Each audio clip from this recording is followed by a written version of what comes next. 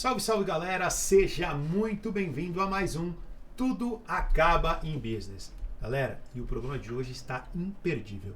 Eu estou aqui com um grande amigo, um empresário, um cara que a gente começou e passou, digamos, numa geração semelhante. Começamos negócios juntos, trabalhamos ali com CLT, começamos a desenvolver negócios juntos e hoje eu tenho a honra de trazer ele aqui, Gustavo Elero. Tudo bem, Gu? Fala, Marcelo. Prazer enorme estar aqui. Se eu dizer uma coisa, a gente se conheceu na beira do campo, cara, nos alambrados, o futebol sendo a vida, né? Lá, você como repórter, né, da TV Mais, uma emissora regional, eu já com a minha empresa, trabalhando como assessoria de imprensa e time de futebol, e ali o futebol foi o que deu aquela unida, né? Conexão, cara. Sem dúvida. Gustavo, para quem não conhece, o Gustavo, ele é o CEO da Insane Agência. É uma agência que trabalha em São Caetano, uma das principais ali da região, referência na região do ABC. O Gustavo tem uma história empreendedora muito legal e inspiradora, e por isso que ele foi um convidado do dia de hoje, porque eu entendo que nós empreendedores se conectamos muito com pessoas como a gente, na nossa realidade do dia a dia, que é o grande propósito desse podcast. Então, Gustavo, queria que você falasse um pouquinho do seu início de carreira, antes da parte empreendedora, mas explica um pouquinho quem é o Gustavo, da onde ele veio, para a gente depois temperar isso. Não, legal. Hoje eu sou, como você mesmo falou, sou Gustavo, sou head de estratégia da Insane, né? Hoje nós somos uma joint venture Insane com a Gax Brasil. E é uma agência de marketing focada, que leva a estratégia realmente à frente. A gente tem nossa metodologia própria estratégica, nossa metodologia própria de branding. A gente trabalha num pilar, né, de marketing, branding e comunicação. Então, assim, é como se fosse uma consultoria com a agência. Então, felizmente bem estruturada, né? Ela é fruto de uma fusão. Então, assim, hoje para chegar ao que nós somos hoje, né, como você também apresentou, como referenciados na nossa região, teve aí muita ralação, né, muita grama pela frente, né? Literalmente, a grama começou lá no futebol, talvez. Literalmente, e a minha vida empreendendo, na verdade, ela foi muito custosa, né? Eu não vim de uma família de empresários, né? Empreendedor assim, mas empreendendo cada um na sua vida, nas empresas que faziam parte, mas ninguém como dono de um projeto. CNPJ. De um CNPJ, né? Eu acho que eu não vou generalizar, né? Acho que como a grande parte da maioria das famílias do ABC, né? Eu tenho muito orgulho em falar que eu tenho o DNA da região do ABC, né? Que assim, minha família ela veio do interior, trabalhava com agricultura ali, familiar, né? Então, na parte a geração do meu avô, quando eles vêm, os meus dois avós, duas partes, né? Vêm pro grande ABC e a partir daí eles se recolocam, né? Começam uma nova vida, porque nas empresas, né? Na metalurgia, que estruturou o ABC para o que a gente conhece hoje. Histórica, né? No ABC. Histórica. E eu tenho muito orgulho, né, de falar que essa é a minha raiz, né? É uma raiz de trabalho, é uma raiz de determinação, né? E de toda a minha família. Foi o que forjou a minha família, é o que forja também o que eu sou hoje, a minha base. E eu faço parte aí da primeira geração, eu e meus primos, da primeira geração de profissionais que se formaram na faculdade, né? Então, até então, você tinha ali um trabalho muito técnico, né? Conseguindo se colocar na metalurgia, como eu falei e tal. E aí eu faço parte dessa primeira geração que vai para uma faculdade, que tem essa oportunidade, né? E eu escolho justamente o quê? A comunicação, o jornalismo, né? Um pouco sem saber como isso ia acontecer, um pouco sem conhecer, na verdade, né? Acho que você também, a gente tem praticamente a mesma idade, coisa, né? Gustavo? Então você sabe quando você escolhe, na verdade eu não sei como que você chegou, na verdade, como jornalista ali, que você fez faculdade de jornalismo também. A primeira, né? Foi. Então a minha primeira graduação foi em jornalismo, mas no meu caso eu não tinha muita noção do que era, né? Do que fazer, do que acontecer. E foi quando eu comecei a conhecer o mercado e vi que eu não ia me encaixar muito bem na estrutura do mercado, apesar de achar que foi a melhor graduação que eu tinha para fazer, porque o jornalismo ele ajuda você a ter um senso crítico muito apurado. Escrever bem, ler melhor, falar bem. E um raciocínio muito bom. Né? Ensina você a ter o senso crítico. E uma coisa que eu levo pra minha vida até hoje, e que eu bato muito nos negócios que eu faço parte, é o como você, a sua capacidade do quê? De questionar aquilo que você está vivendo, para quê? Para buscar uma evolução, não simplesmente se conformar com aquilo. Então o jornalismo ele me permitiu isso. Ele me permitiu aprender a ter um questionamento, não um questionamento que seja negativo para travar alguma coisa, travar um pensamento, travar uma evolução. Pelo contrário, um questionamento Sim. que te ajuda a realmente a buscar uma outra informação, a buscar um outro lado, ver os dois lados, que é o que o jornalismo ele prega, né? Deveria, né? Deveria, mas foi o que realmente ali eu comecei a ver que o mercado do jornalismo não fazia muito, eu não conseguia não que eu não conseguiria me inserir, não era o que eu queria. E aí a partir aí do segundo, terceiro ano por aí, eu comecei a buscar formas de abrir minha própria empresa dentro daquilo que eu estava aprendendo. Assessoria de imprensa e tal. Busquei ali, tentei abrir, antes de abrir minha primeira empresa, tentei ali uns 2 negócios, né? Só que você sabe muito bem, você já teve muitos sócios, né? E quando você empreende, quando você vai abrir uma empresa, não adianta você abrir achando que você vai fazer o trabalho como se fosse um funcionário, no sentido de só vou fazer a sua função, a minha função. Você vai fazer de tudo, você vai desenvolver, então você tem que ter um pensamento de que você está investindo naquilo para ganhar lá na frente. Então ali as 2 primeiras vezes que eu tentei acabou não dando certo, não deu match, nem saiu do zero, vamos dizer, nem pivotou a ideia, né, direito. Até que depois que eu me formo, ainda olhando para colegas de faculdade ali, eu abro minha primeira empresa, minha primeira agência que em 2009, fim de 2009, chamada Incomum, e foi aí que também a gente se conheceu, porque meu primeiro cliente foi um time de futebol, São Bernardo, que quase subiu para a Série B esse ano. Sim. Tava na Série C, quase subiu para a Série B. Aliás, mandar um abraço para um cara que eu acho que ele fez um trabalho muito bom no São Bernardo, que foi o Roberto, né, da Magno. Eu acho que ele...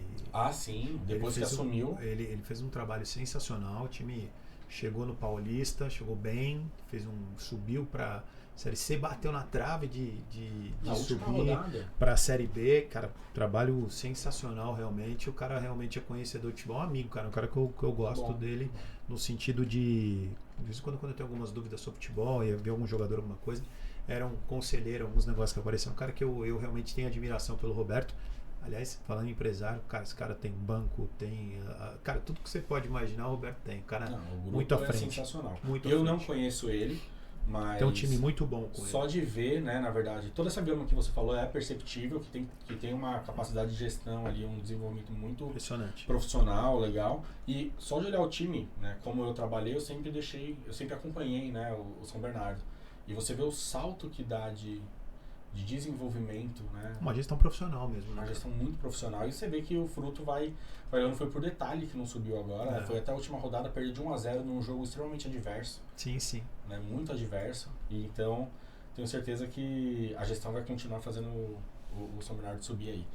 Mas foi ali que a gente se conheceu, foi ali que a gente começou a trabalhar junto, né? Mas era muito engraçado aquela época. Nossa, nem fala ali, vendo o time. Os dois muito novos, assim, né? Era uma experiência totalmente diferenciada, né, Gustavo? Você vivenciar o...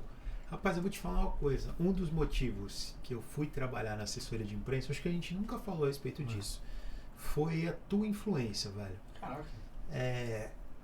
Eu era, só para vocês entenderem o contexto, eu era repórter de um canal de televisão, da TV Mais na época. Dos bons, né? Diga-se de passagem. Muito bom. Sei lá se eu era bom, mas é o que eu gostava. Posso falar. Eu atendia a todos, né? Mas eu me relacionava bem com a galera, costumava respeitar, ter essa relação muito boa com os assessores. Cara, o Gustavo me fez, cara, ver a assessoria de imprensa como uma grande opção no meio do futebol. Porque você falou sobre jornalismo. Eu fui estudar em jornalismo porque eu era apaixonado, completamente apaixonado por futebol. Meu sonho inicial era ser jogador. Tentei até os 14, 15 anos e que não ia dar muito certo. Eu adorava narrar jogo de várias, essas coisas eu narrava. Falei, pô, um dia eu vou ser comentarista. Meu sonho sempre foi ser apresentador, comentarista, alguma coisa. E fui pra linha de futebol. Só que quando eu achei o futebol ali, cara, salários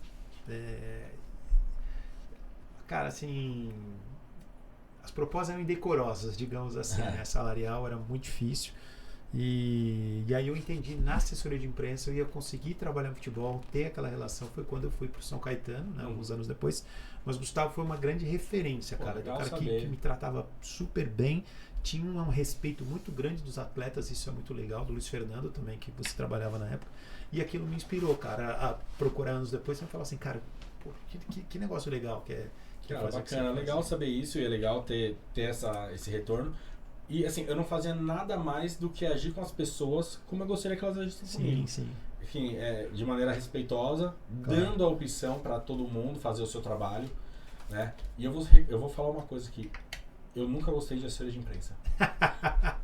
Tanto é que a primeira oportunidade que eu tive de tirar a assessoria de imprensa do meu pool de serviços na minha agência, eu tirei porque acabava sendo um trabalho, como posso dizer, muito ingrato muitas vezes. No esporte acabava sendo um pouco diferente do que nos outros mercados. Sim. Mas eu sempre tinha uma coisa muito em mim, que é o que eu sempre levei pra minha vida, levo até hoje, que é de fazer o melhor, seja lá onde eu estiver. Sim. Né? Seja lá o que eu estiver fazendo, eu vou sempre tentar fazer o melhor. E olha que assim, eu vou ser muito sincero, eu sempre, é legal, eu fico muito feliz de ouvir você falar isso, mas eu sempre me achei muito mediano na vida, de verdade, assim, tipo, desde da escola tal, sempre me cobrei um pouco, assim, sempre, nunca fui o destaque de nada, assim, tipo, no desenvolvimento, ou sei lá, legal que você achava mediano, eu me achava burro mesmo, viu, cara?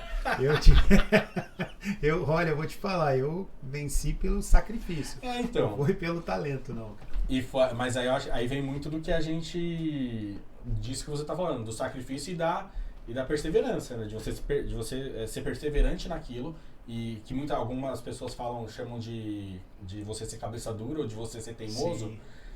O fato de eu, sei lá, sempre me achar meio mediano e tal, eu sempre falo, não, eu vou chegar no ponto B que eu quero, eu vou conseguir chegar aqui. Eu fui fazer assessoria de imprensa de um time de futebol sem nunca ter sido assessor de imprensa, porque foi meu primeiro cliente, a primeira empresa, com 20 anos. Sensacional. Tipo, eu tinha 20 anos, meus outros 2 sócios... Nem relacionamento você tinha ali, de convivência? Não, eu tinha o quê? Eu gostava de futebol, olha que legal. Nossa, sou torcedor, amo, vou pro estádio, canto, gosto, grito gol, adoro, acompanho, tiro sarro. Era isso. Mas é aquilo. Quando eu fui vender o serviço, eu vendi com convicção. Com firmeza. Com firmeza. Eu vou entregar. Como eu ia conseguir fazer isso? Não sei. Não sabia até então. Eu sabia que eu ia... Característica número 1 dos empreendedores, né? Não sabia, mas eu fui. Tanto é que meu primeiro treino do time que eu fui... eu não sabia nem quem eram os jogadores. Pra mim, tava todo mundo muito igual, assim. Aí chegou uma primeira jornalista, Cátia Dias, que é minha amiga até hoje. Né? É gente boa, eu lembro da Cátia, muito bacana. Cátia trabalhou comigo depois na agência, muito bacana, e tal. E até hoje é uma amiga. E aí ela, eu quero falar com fulano. Aí eu virei assim, tá, você quer falar com fulano? Tá bom. Aí eu fui pro segurança, né, o David na época. Falei, cabeça, e aí, quem é o fulano? Tá ali, ó, tá daquele lado. Eu, tá bom. Tá, ó, ele já vai terminar e vai falar com você. Tipo, só que isso ficou, eu não sabia quem era, toda hora eu perguntava pro David quem era o jogador. Aí ele chegou uma hora que ele virou, eu vou ganhar no seu salário, cara. Pelo amor de Deus, cara. Mas enfim, aí nessa eu fui me desenvolvendo e buscando fazer o melhor e felizmente fiz conexões e relação com pessoas como você, como a própria Kátia, que eu acabei de citar. Rafael Spinelli, que é um fantástico, um cara que eu... Uma turma muito legal muito ali boa, Léo Lucas. Léo, muito craque também. A Bárbara, lembra da Bárbara? Bárbara Tellini, né? Lembro. Pô, a Bárbara que foi pra veículos de comunicação também grandes, né? Eu lembro que a Bárbara, eu assistia o jogo de futebol, o jogo do Palmeiras, por exemplo, e eu vi ela no campo, ele falou, eu trabalhava lá na região. Cara, tinha a Juliana Lima também, que a gente trabalhou na TV Norte. Foi pra Record depois. Record há muitos anos já, cara. Tinha um time legal lá, né? Aí que tá, Marcelão. Você trabalhou no ABC. Você não é do ABC, mas ali na verdade, assim, 70% da minha vida foi ABC, né, cara? 70% da minha vida eu vivi mais precisamente em São Caetano, mas eu tive uns bons anos também em Santo André, né? Que eu trabalhei lá e tal durante o tempo de... Mas assim, São Caetano foi minha vida, assim, desde os... Eu sou da Zona Leste. colado ali na Zona Leste, colado, mas assim, a partir do colegial eu vou morar em São Caetano. E então assim, eu digo que a minha vida eu vivi os melhores anos, porque eu começo a jogar bola no São Caetano com 11 anos de idade, né? Então eu fui até os 14, 15 por aí vi que não ia dar certo, que era antigo clube da Fundação, que era sensacional lá, enfim. E aí era o Sport Clube, né? Cara, era muito legal ali aquela galera. Então assim, São Caetano foi minha vida desde muito pequeno, o ABC ali, por isso que eu gosto muito da cidade. Cara, a gente vai pra lá, a gente conhece todo mundo conhece a gente, parece vereador, né? Quando vai pra lá, é muito legal isso, né? Essa relação que a gente tem com a cidade. E aí, cara, a Insane, ela vem em qual momento? Porque assim, você começa com a empresa de assessoria, não era só de assessoria, uma agência de comunicação geral. Isso. Né? E aí você vira... A gente vai desenvolvendo o trabalho, desenvolvendo a empresa. Como todo empresário, como todo empreendedor que a gente conhece aqui... Muito menos informação a gente tinha naquela época, né, Gustavo? Menos. O Sebrae sempre fazia um trabalho muito bom, que eu acho que eu indico... Eu acho não, com certeza, né? Eu indico para todo mundo que estiver abrindo uma empresa hoje e não tem uma noção de gestão, que vá procurar. Hoje em dia você tem vários cursos e muito mais informação, como você mesmo falou, mas o Sebrae até hoje presta um serviço muito interessante de capacitação. Então eu cheguei, né, eu e meus outros sócios, a gente chegou a fazer tinha curso gratuito, já curso online naquela época, lá em 2009, 2010, né? O boom veio agora, mas já a gente ia atrás, buscava. A gente foi desenvolvendo a empresa muito sem saber como que era gerir uma empresa, né? E fazendo tudo ao mesmo tempo, né? Porque você tá ali, eu tinha meu primeiro escritório, era uma sala como essa, que nós estamos hoje. Mas pra mim, assim, acho que não só pra mim, como meus outros sócios, foi o maior orgulho que a gente teve, porque a gente conquistou aquilo com o nosso suor, com o nosso trabalho. E eu já tive um prédio, minha agência já foi um prédio inteiro, hoje é uma plataforma inteira, né, em um prédio comercial. Se hoje é algo grande, né, algo que eu posso chamar de meu e ter orgulho daquilo, eu passei por um local que eu tinha muito orgulho também, que era esse espaço onde a gente carregava nas costas nossas mesas para colocar e via ali, não tinha como receber cliente ali porque não tinha espaço, mas marcava numa padaria, marcava em algum outro lugar. E foi assim a empresa foi se desenvolvendo, conseguindo outros clientes por uns 5 anos, até o momento que a gente já estava como em comum, né, pegando certa relevância na região do ABC. E é importante falar que assim, o mercado das agências na região do ABC, ele é muito desenvolvido, tá? A gente tem uma questão na região do ABC, que é o fato da gente estar muito próximo de São Paulo e muitas vezes a gente não é reconhecido como deveria, né? E muitas vezes quem está no ABC se coloca numa situação, em um patamar onde realmente se coloca abaixo do que deveria. Mas, por exemplo, as pessoas que a gente falou aqui da TV... A síndrome do vira-lata, né? Vira-lata, impostor, tudo, né? Mas, por exemplo, a gente falou aqui de pessoas que estavam em meios de comunicação, que eram extremamente capacitadas, e eu posso falar a mesma coisa do mercado das agências, né? Se eu for falar, a gente tem eu faço parte de uma comunidade hoje, tem mais de 1.000 agências e fornecedores, então assim, só ali ativamente nessa comunidade, fora os que não estão ativamente nessa comunidade. Mas espera aí, todos do ABC? Todos do ABC. 1.000 agências? Entre fornecedores, agências. Isso, a gente tem agências, umas 500, por aí, 400. 500 agências no ABC, eu não fazia ideia. Entre agências que só trabalham com digital, agências que se posicionam só com publicidade, ou como a minha, que acaba sendo marketing, acaba sendo mais 360. Então, e fornecedores que vão desde comunicação visual até montagem de stand, cenografia, tal. Então, assim, você tem um mercado que é pulsante e que hoje está estruturado de uma maneira, tem uma comunidade que é a BCCom, né, que realmente faz com que os negócios aconteçam e com que a gente resgate e mostre o nosso valor, né. E como eu falei aqui fora, as agências que não fazem parte dessa comunidade, mas assim, que existe. Então assim, tem um mercado que tem uma qualidade muito boa, que presta serviço para empresas do Brasil inteiro, né? Então, quando eu chego nos 5 anos de empresa da Incomum, a gente já está numa relevância interessante, né? ainda é uma empresa pequena ali e tal, né? Mas a gente acaba conhecendo outras agências, já se movimenta de uma maneira que é um embrionário ali para uma associação das agências de comunicação, porque viria a ser hoje essa comunidade. E nessa a gente se relaciona muito bem com outras duas agências, né?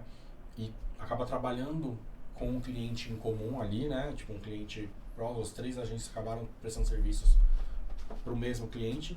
E aí a gente acaba se estruturando em algo assim, a gente viu que a gente podia fazer algo muito maior juntos, né? E aí vem algo que eu também trago para minha vida e uso hoje, que é o quem divide multiplica, né? A gente fala muito Sim, isso, dividindo o conhecimento, dividindo uma energia positiva, dividindo uma ideia, sabe? Percentual da empresa, inclusive. Inclusive, tem vários porcentos ali. Vários poucos por cento, porque eu ainda vou chegar aqui, mas ficamos em 7 sócios, né? Porque a gente fez a primeira fusão. Mas isso é sensacional, cara. Sabe por que eu penso isso? Eu vejo assim, os grandes empresários. Aí vai uma dica empreendedora. Muita gente me pergunta assim, pô, ter sócio é difícil. Pô, é difícil. Lógico, um relacionamento. Mas vai fazer sem sócio também. Eu nunca tive sucesso na minha vida sem sócio. Ponto. Eu sou ruim? Não sei. Mas eu tive muito mais assertividade em qualquer negócio que eu fiz quando eu tive sócio. E aí tem a energia do empreendedor. Eu acho que esse é o grande desafio. Momentos de vida, são algumas coisas que mudam, e a energia.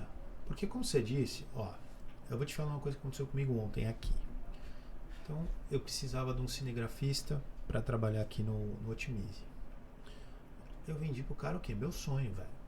Eu tô começando um negócio que eu quero ter 10, 12 estúdios. Falei, cara, estamos começando, tal. Contei toda a história pra ele, tal. Pô, vem aqui, vem fazer parte do time. Você mora aqui pertinho, tal horário. Ele falou, peraí, mas e as regras da CLT? Mas, cara, eu não vi mais nada depois que ele me falou aquilo. Cara, chama o cara pra tomar um café, pra ele conhecer o estúdio, pra ele se inteirar. Então, a primeira pergunta que o cara me faz é, mas e as regras da CLT? E as regras da CLT, vocês respeitam? Cara, assim, olha a preocupação do cara. A preocupação do cara não é entrar num projeto que vai se desenvolver, que ele quer fazer parte, que ele vai estar num ambiente extremamente colaborativo, de networking grande, que ele vai crescer profissionalmente, e óbvio que ele ia ser registrado. Mas a frequência, ele fez as 2 perguntas que ele fez foi relativo à CLT. Esse cara não está preocupado em me ajudar a montar um negócio, a participar, a ser parte. Ele está preocupado se vai cair o dia dele, o salário dele no dia 5. Entendeu? Então, esse é o tipo de cara que eu não quero, cara. É que nem como é que chama? Que é repelente. Eu quero ter repelente contra esses caras. Não tenho paciência para esse tipo de pensamento. Então, por isso que você precisa ter sócio. Porque você precisa ter algumas pessoas que, se acabar a luz, eles vão acender vela, velho. Mas vão trabalhar. E muitas vezes o que você tem é só o sonho para vender. Eu falo pequeno, né? Óbvio, depois que cresceu a empresa, sim. Mas quando você vai começar, é exato. Você tem um sonho para respirar por ele, velho. E assim, é meio igual você falou, putz, ter sócio muita gente fala que ter sócio é difícil, não ter sócio é mais ainda. E assim, tudo tem seu ponto negativo e positivo na vida. Não tem como. Né? A gente chorão, cada escolha é uma sentença, é a vida, né? Cada escolha é uma renúncia. Cada escolha é uma renúncia, é isso. A gente, depois da fusão, né, que foi na época foi a maior fusão de agências da região, né? A gente se viu num cenário de 7 sócios, eu vi num cenário onde eu tinha 6, 7 pessoas no meu time, foi para 30. Uau. Então, assim, eu tinha que fazer uma gestão de tudo, eu tinha uma gestão de uma vertical, de um pilar ali da empresa. E tem um negócio que a gente sempre levou muito à frente. Nós éramos 7 pessoas totalmente diferentes, ainda somos, né? Ainda bem. Não somos ainda todos sócios, né? Isso mais pra frente da história. Mas uma coisa que a gente sempre teve foi o respeito, né, entre todos, e a gente sempre agiu democraticamente. Então, assim, numa mesa, a gente sempre deu espaço para todos os 7 falarem, todos os 7 colocarem o ponto de vista em relação a alguma coisa, alguma decisão, e realmente e abrir a votação depois, no final, democraticamente. Maioria simples, a gente decidia ali. Estou falando também de discussão para coisas desenvolvimento da empresa, coisas de gestão. Não tipo, ó, gente, vamos comprar o café X ou Y. Aí não, né? Aí haja tempo no dia. Aí, nossa, interminável. 70 horas por dia Nossa. você consegue. Mas a gente tinha que respeitar, né? Respeitar o momento, respeitar ali a nossa reunião de sócios, respeitar a agenda, respeitar ali cada um e o ponto de vista de cada um. E isso me ajudou muito, porque você desenvolve. Não é fácil você ouvir uma opinião totalmente contrária à sua, entender que assim não é algo pessoal, é um ponto de vista daquela pessoa. Simplesmente, talvez naquele momento, igual você falou, momento de vida, conjuntura que ele foi construído, conjuntura que ele está vendo o futuro da vida dele. Ok, pode colocar ali uma posição e você vê se aquilo se enquadra para você ou não, e você coloca o seu ponto e vê se encaixa com a maioria. Sem dúvida. Né? E essa foi a tônica aí da nossa sociedade, do que veio a ser Insane, né? Prestando serviço aí para empresas, como eu falei, do Brasil inteiro, fora do Brasil, né? Então a gente chegou a fazer muita internacionalização de empresas e tropicalização também de outras que se inseriam aqui, né? De marcas conhecidas como Bozano. Era a próxima pergunta que eu ia te fazer. Você pode citar algumas marcas que vocês trabalham hoje? Então, hoje a gente está focado muito no B2B, né? Por exemplo. Tem algumas coisas de varejo, mas como a gente ao longo do tempo foi se posicionando como uma agência, não vou dizer uma agência boutique porque eu não gosto desse termo, mas a gente foi estruturando o nosso target de clientes dentro do ticket que a gente imaginava e do grau de estratégia e de, como posso dizer, de tempo estratégico que a gente colocaria. E não dá para você ser extremamente estratégico se você tem um pool enorme de clientes. A gente não vende pela escala. Né? Vocês optaram em ter menos clientes para ter um atendimento então, assim, de melhor qualidade. Hoje eu atendo, por exemplo, a Grob, que é uma multinacional alemã, né? Ingersoll, que trabalha com centro de usinagens para a indústria. A Ingersoll Rand, que é uma multinacional norte-americana, que trabalha com compressores, né? 2 empresas centenárias. A gente trabalha muito conhecida na região da ABC, a Padaria Brasileira, que está entre as 15 maiores padarias do... Aliás, uma delícia, né? Ganhamos de melhor coxa do mundo esse ano. Fantástico, cara. Eu sempre gostei de lá, sempre foi uma referência. Tô ganhando nada dos caras, tá? Não é jabá, não. Ainda que fosse, mas no caso não é. Mas vamos lá. Aliás, um dia pode ser, mas não sendo, cara, adoro lá, cara. É sensacional. A experiência, quem anda ali da região do ABC tem como uma referência, que os caras fazem um trabalho muito bom. E é uma das 15 maiores padarias do Brasil. Eu trabalhava na rede, na TV Mais, cara, a nossa alegria é quando sair um valezinho pra gente poder ir lá na brasileira comer um negócio assim. Hoje não precisa nem cair vale, né, Marcelão? Só chegar lá e já tá livre, né? Mas era lindo, você é louco. Então, cara, e por aí vai. Empresas do segmento de luxo, como Evol, enfim, tem várias outras empresas que acabam construindo esse pool onde a gente assume o board estratégico da agência como esse parceiro que vai conseguir entender quais são os desafios da empresa, né, primeiro de tudo, né, saber, a gente não faz a comunicação por fazer, ou não faz a estratégia, uma campanha por fazer, a gente entende quais são os desafios que a gente precisa atuar. É aumentar seu share para determinado segmento, sabe, fortalecer a sua marca em determinado público. A gente primeiro entende qual é o seu desafio, qual é a sua vocação, qual que como que seu público te enxerga. Scott vai chamar além do branding, tá? É a convergência de tudo, né? Exatamente. A gente trabalha com esse tripé, marketing, branding e comunicação. Então, assim, tudo faz parte. Sim. Tudo faz parte. Hoje em dia a gente tem um público, né, que cada vez, se a gente falar dos stakeholders, né, é um público cada vez mais exigente, né, muito exigente. Então, assim, você tem que ter uma marca bem estruturada que promova uma experiência boa para o seu público, né, para quem recebe. E você tem que ter uma oferta, seja do seu serviço ou do seu produto, que seja condizente. E você precisa, para comunicar, saber quem é essa pessoa. Você não conversa com quem você não conhece. Então, como é que você vai falar com o seu público, na sua empresa, ou aqui no seu podcast, se você não conhece o público que você está sem dúvida envolvendo? Aliás, a primeira coisa que você tem que desenvolver é para quem você quer trabalhar. Quem é seu consumidor, né? Isso em qualquer empresa, em qualquer setor, né? Isso. Mas antes ainda, quando a gente estava Blogger pela Fusão, né, com um leque muito maior, a gente trabalhou Bozano, trabalhamos com Jimba, agência off da Jimba, né, que é concorrente da Calumba. Calumba é ótimo, né? Da Calunga. Midea Carrer. Hoje a gente está com uma vertente de live marketing pela joint venture, tem uma joint venture com a Gax Brasil, com uma empresa fortalecida em live marketing. Essa sim trabalha com marcas mais conhecidas como a Midea Carrer, Premier Pet, Netshoes. Então, vários eventos a gente acaba por esse braço fazendo parte também. Mas a minha ideia está pegando um mercado, né, cara? Os caras estão conseguindo pegar uma fatia de mercado, assim, estou impressionado com o crescimento deles, cara. Sim. Acho que o mercado no Brasil, pro segmento deles, tem crescido muito. Aí você pega tanto o Midea Carrer quanto você pega a Gri, por exemplo, que é outra marca também forte ali, que vem crescendo, ganhando também espaço. Uma briga grande, né? Mas você vê um mercado no Brasil amadurecendo muito para receber o que eles oferecem. Isso é muito interessante, né? O desenvolvimento do nosso mercado que recebe que recebe o que é gerado. Isso é muito interessante.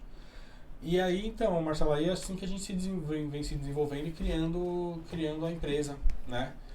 Criando esse universo, né, de desenvolvimento desses nossos clientes, né? E em paralelo abrindo aí vertentes educacionais, oferecendo cursos, né? Hoje a gente tem curso de estratégia, a gente oferece consultoria, né, para outros empresários, né, e não necessariamente algo cobrado, assim, a gente oferece muito algo que pessoas que nos procuram e realmente precisam de uma orientação, né? A gente está sempre ali aberto, né? O nosso propósito é ajudar empresas a fazer amigos e contribuir com o nosso mercado, né? Então, quem nos procura hoje, é normal a gente receber aquilo que você sabe muito bem, networking, relacionamento, mas falar isso é muito fácil. Agora viver, fazer e de verdade, sabe? Investir nisso, né? E sem querer nada em troca, né? Assim, sem necessariamente ser um serviço que você cobra. Sim, claro. Né? Então, a gente fica muito feliz em conseguir compartilhar esse conhecimento e compartilhar o nosso dia a dia com todos que nos procuram hoje. Vou te lançar aqui em primeira mão um projeto que eu tenho que a gente está saindo. Cara, vai ser um hub de empresários. Parece que não pode mais usar a palavra mastermind, que ela foi patenteada, mas é algo nesse sentido, não tenho certeza, mas pelo menos eu ouvi assim. De um grupo de empresários que a gente tem uma frequência, não é nada novo, mas que a gente vai liderar isso, que a gente tem uma frequência de encontros para discutir os principais problemas das empresas, principais tendências dos mercados, então trazer alguns palestrantes, mas criar essa comunidade e dentro dessa comunidade dar também espaço para o cara participar de um programa que nem esse, para o cara expor a ideia dele, para o cara ter a oportunidade de repente de receber um investimento de alguma outra empresa, de um investidor que queira diversificar ali seu dinheiro. Então, assim, é um projeto que a gente quer estruturar, a gente precisa trazer. Até hoje o Ricardo estava aqui, talvez o Ricardo é um cara muito inteligente, estávamos falando a respeito disso, Ricardo Oliveira. Rodrigo Devô, que foi outro que a gente conversou também a respeito. Então, a gente vai montar um time bacana. Até gostaria que você fizesse parte desse projeto, cara. E a gente escolheu um lugar, ainda não definimos, mas assim, estamos criando. E é um projeto que eu acredito muito, que é o quê, cara? Eu sou um cara que... Assim, eu já falei isso no começo, mas repetindo, o objetivo desse podcast é inspirar pessoas ao que eu chamo de empreendedorismo, de liberdade empreendedora. Eu acredito nesse contexto, eu vivo esse contexto da liberdade empreendedora. Então, para mim, eu quero sim formar pessoas que tenham isso como em mente. O que é a liberdade empreendedora? É o cara que vai ter o negócio dele e que vai, por meio desse negócio dele, ter uma liberdade de localização, ter uma liberdade financeira e ter uma liberdade intelectual. Que é o cara que ele possa tomar decisões, mas não pautadas, por exemplo, poxa, se eu fizer isso aqui o meu chefe pode ficar incomodado, então o cara se privar de um crescimento. Eu acho que o contrário, né? Então o ideal é que essa comunidade tem que ter isso. Aí a gente vai falar de fé, vai falar de empreendedorismo, vamos falar de liderança, vamos falar de cultura, vamos falar de marketing, vamos falar de vendas. Então ali o hub é para fomentar algumas relações. É um custo que a gente procura ser acessível, que é realmente com o objetivo de integrar e fortalecer o networking. Quando você fala em networking, para mim hoje o podcast nada mais que o café 4.0. Antigamente você chamava um cara para café, hoje em dia você chama um cara que você quer estabelecer uma relação e aumentar realmente a tua conexão, você chama para um podcast, porque ali, cara, a troca é muito verdadeira, né? Você vai esquecer talvez de um cara que você tomou um café, mas você nunca vai esquecer de um podcast que você participou, da pessoa que você deu entrevista. Então eu acho que isso é uma coisa que faz muito sentido e eu entendo que quem souber aproveitar isso vai ter aí um diferencial competitivo muito grande no médio e longo prazo, porque assim, para mim relações são fundamentais. Sim. Conexões. O pessoal fala assim, pô, qual que é a minha principal função? Eu sou um resolvedor de problemas. Mas quando eu falo que eu sou um resolvedor de problemas, não é que eu resolvo todos os problemas, mas eu sei onde eu consultar na minha base para resolver situações difíceis, né? Esse é o grande contexto. Por isso que ter um bom network, pessoas que relações valiosas que você cultiva, é tão importante na nossa vida, e não na vida empreendedora, mas para a vida, cara. E eu acho que é um ponto muito importante, né, que é você fazer uma relação, você ter esse networking, né, essa conexão seja real. Porque se você pegar hoje, todo mundo sabe, não, eu preciso ter um network, preciso criar conexões, eu preciso criar relações. Mas eu não vou dizer coragem, mas nem todo mundo ele tem a determinação de ter esse networking olho no olho, real. Né? Networking não é um ponto numérico. Nossa, eu fui num evento e eu... 300 cartões, quantas pessoas lembram de você? Dane-se o seu cartão, velho, ninguém usa mais cartão, cara, pelo amor de Deus, o que eu lembro é de quem eu conversei. Exato. É do olho no olho, é de quem eu criei a conexão real, não a conexão de palco que muita gente olha e não utiliza, não internaliza. Né, Marcelo? A gente está falando aqui de uma relação onde a gente se conheceu em 2010. É isso aí. Estamos em 2023. E mantemos ainda a relação. A gente se vê todo dia, você vem jantar na minha casa, eu vou jantar na sua casa? Não, cara. Mas quando precisa, toca o telefone e fala, cara, me ajuda nisso, te ajuda aqui, que caminho você seguiria? Isso te ajuda, que caminho você seguiria aqui? Tô nesse projeto, te interessa e tal, e assim a vida vai. E igual você falou, a vida vai e é assim, e tem que ser real a forma como você trabalha, como você precisa entender, que não é uma coisa que eu falei aqui, o quem divide e multiplica, ele é real. Eu não tenho dúvida disso. E ele tem que ser verdadeiro dentro de você, porque se não for, você mesmo vai chegar num momento que você não vai ter com quem multiplicar nada, essa é a realidade, né? Não vai dividir nada direito e não vai multiplicar nada. Então assim, trabalhe de maneira real, não tente passar por cima de ninguém, sabe? A gente tem que parar com esse negócio de achar de ganhar uma vantagem. Cara, a vantagem é você realmente trabalhar com foco, olhando pra frente de maneira honesta. Com seus princípios e valores muito bem definidos. Muito. Né? Sabendo que se o seu colega do lado ganhar, se o seu mercado ganhar, você também vai ganhar. O seu concorrente não é o seu inimigo. Exato. Ele fortalece o seu mercado. Exato. Sabe? Exato. É isso. Entenda isso, aí a gente vai parar de ter mercados tão imaturos, ou vai parar de ficar discutindo, nossa, como efeitos externos nos atrapalham, vamos dizer assim, e vai começar domesticamente se fortalecer e se estruturar como um mercado, como nação, como tudo. Sem dúvida, cara, sem dúvida. Por isso que, pra mim, eu gosto muito da estrutura do livre mercado, cara, porque eu acho que o mercado ele se adapta, você tem que ter ali, óbvio, uma certa proteção social, mas muito comedida, muito bem direcionada, estruturada, mas quanto mais empresas estiverem brigando por um espaço, pode ter certeza que o mercado vai funcionar de uma forma melhor. E as pessoas se relacionam e criam opções, criam oportunidades. Então, assim, o networking para mim, muita gente fala, pô, esse cara só faz network na vida, não faz mais nada. Não, mas primeiro que é difícil fazer. Segundo, que exige você realmente falar, cara, eu preciso fazer. E terceiro, essa palavra network talvez em algum momento ela esteja um pouco desgastada, talvez em alguns momentos. Mas a verdade é o seguinte, o que para mim cara, são estabelecer conexões valiosas. O que é valioso? Que o cara, e eu sempre falo de mão dupla. O cara saber que se um dia ele precisar de alguma coisa, pô, eu não tô falando de dinheiro, tô falando assim, do cara, pô, uma estratégia assim, eu pensando em fazer isso, precisa de alguma coisa, ele sabe que ele vai poder te ligar, que você vai ajudar ele de uma forma muito... E a mesma coisa, o contrário, quando o cara te ligar, você dá a devida atenção para ele. Isso é networking. né? Não é o ganha-ganha, é a estratégia do ganha-ganha. E aí, se você tiver uma conduta, como eu posso dizer, de criação, de prosperidade, você vai gerar negócios no meio disso. Com todo mundo? Não, óbvio que não. Mas se tá até na Bíblia, né, cara? Pra você ajudar o próximo, você ter uma relação, é isso. Então, cara, mantenha boas relações, conecte com pessoas que você enxergue valor no crescimento, que eu acho que esse é o caminho, viu? E quando a gente fala de gerar negócio ou gerar conexões, tá? Muitas vezes pode parecer utópico, né? Não utópico, mas muito longe de algumas pessoas, de alguns mercados, de alguns empresários, né? Então, tipo, quando você tem uma empresa pequena, que seja um comércio, exato, sabe?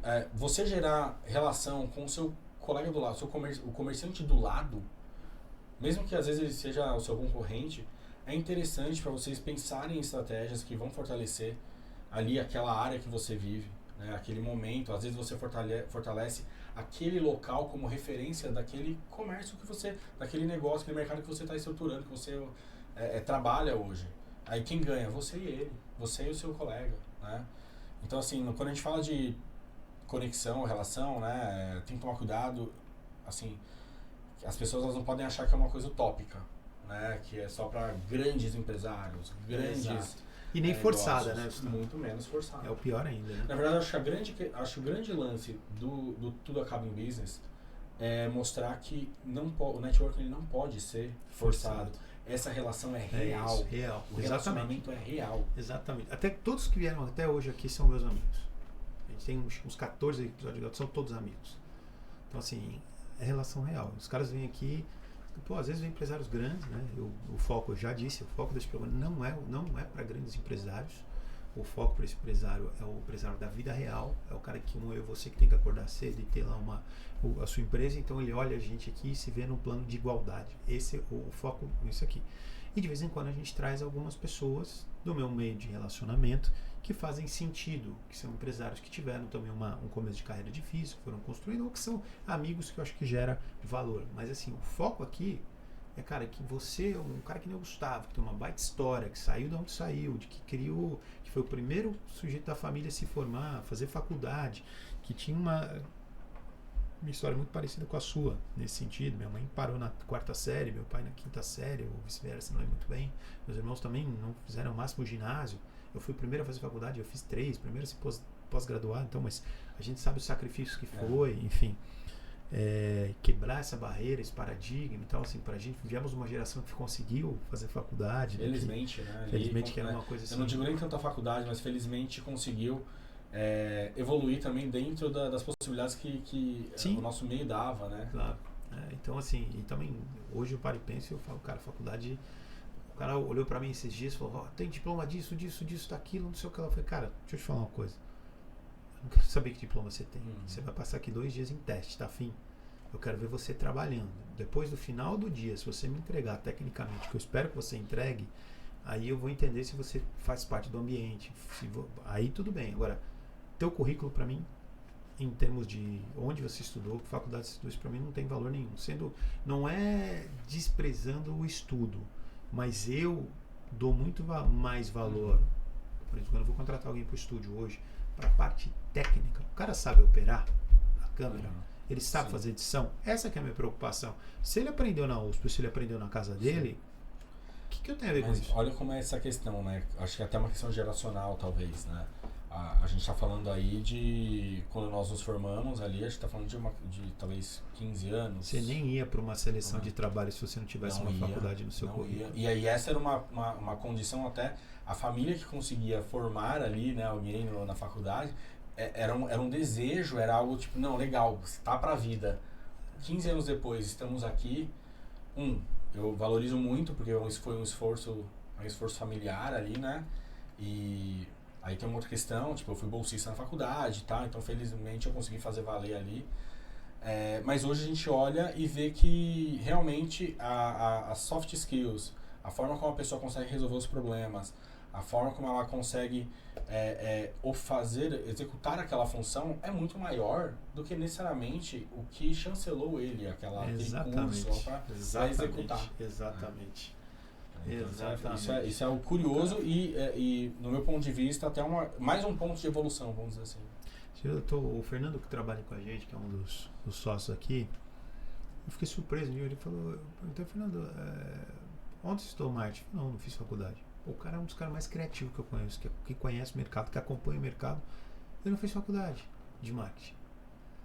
Então, assim, cara, você fica olhando, você fala, cara, mudou muito.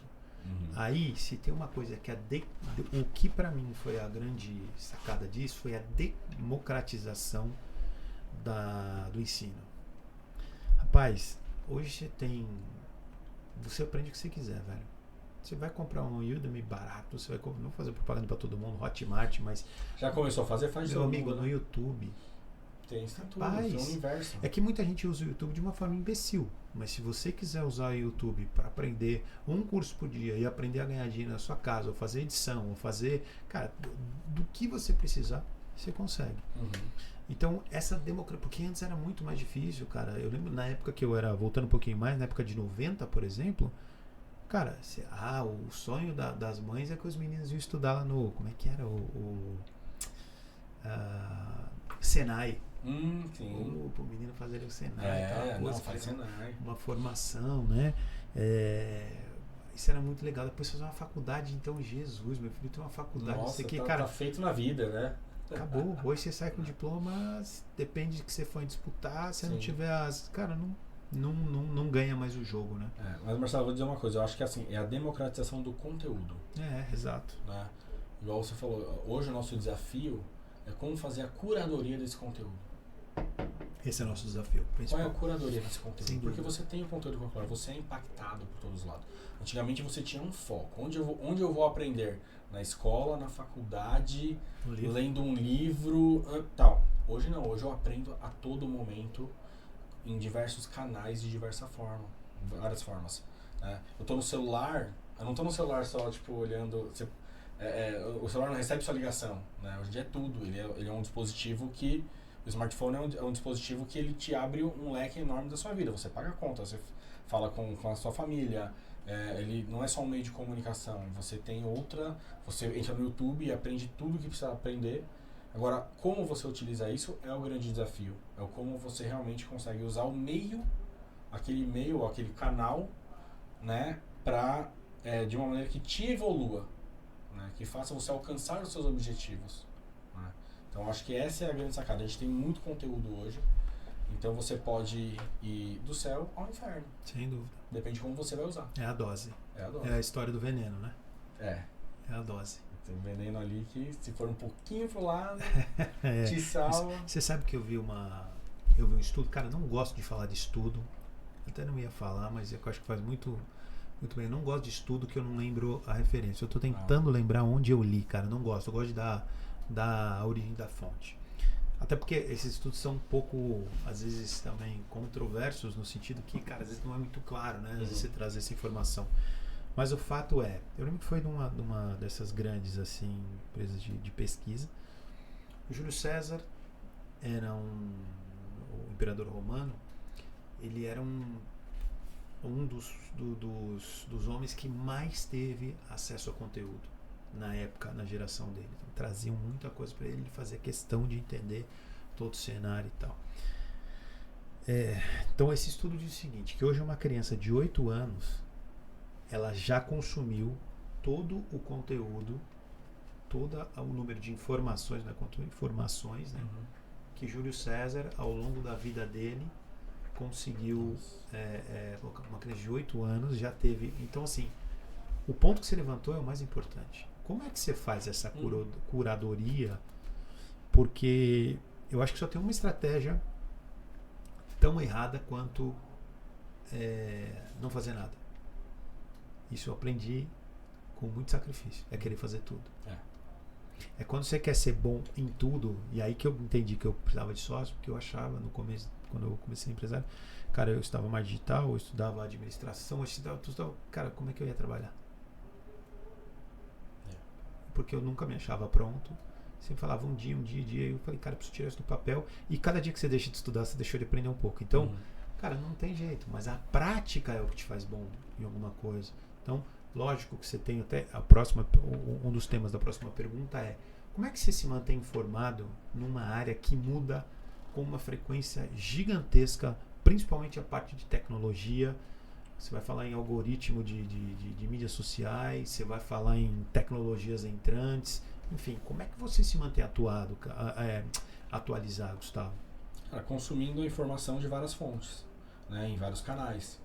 Então, se eu estou numa rede social, né, eu estou procurando pessoas formadoras de opinião, né, ou que são detentoras ali de pesquisas e dados, onde eu vou conseguir buscar isso da base, pegando referências em meios de comunicação, pegando referências, né, em podcasts, assim, é o formador de opinião, ou quem emite a informação, né?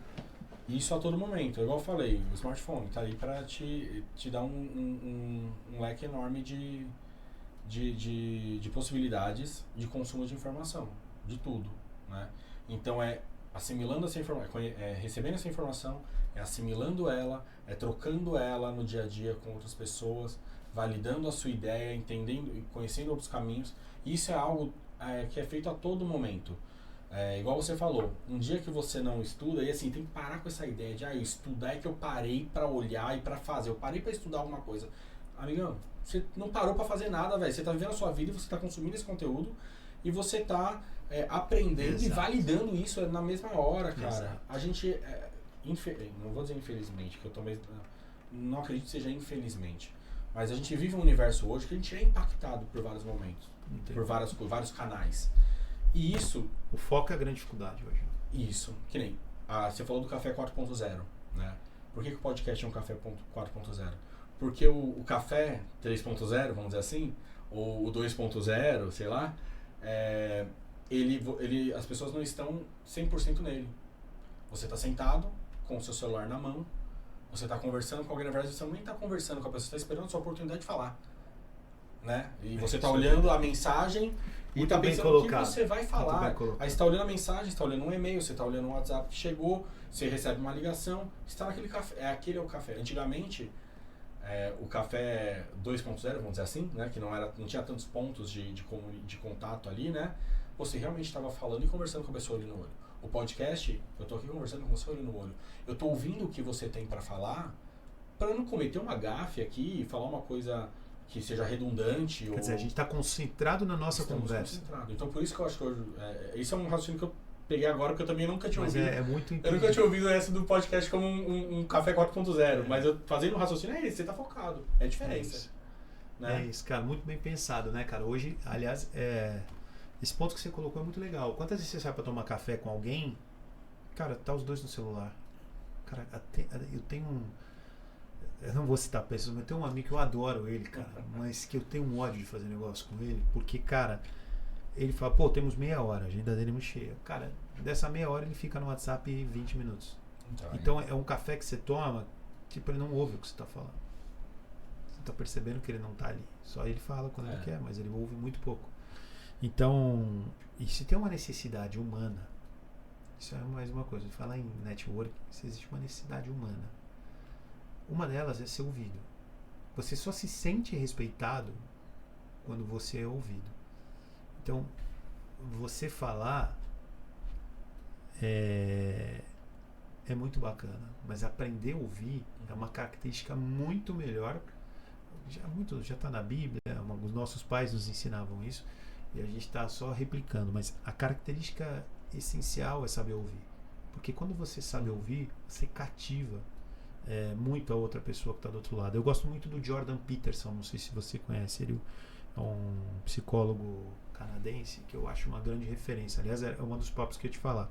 Você falou que se informa em várias fontes, toma vários... Eu queria que você citasse algumas pessoas, algumas referências. Por exemplo, eu tenho algumas referências que eu tenho. O Jordan Peterson é uma. O Guilherme Freire, que é um filósofo brasileiro, é outro.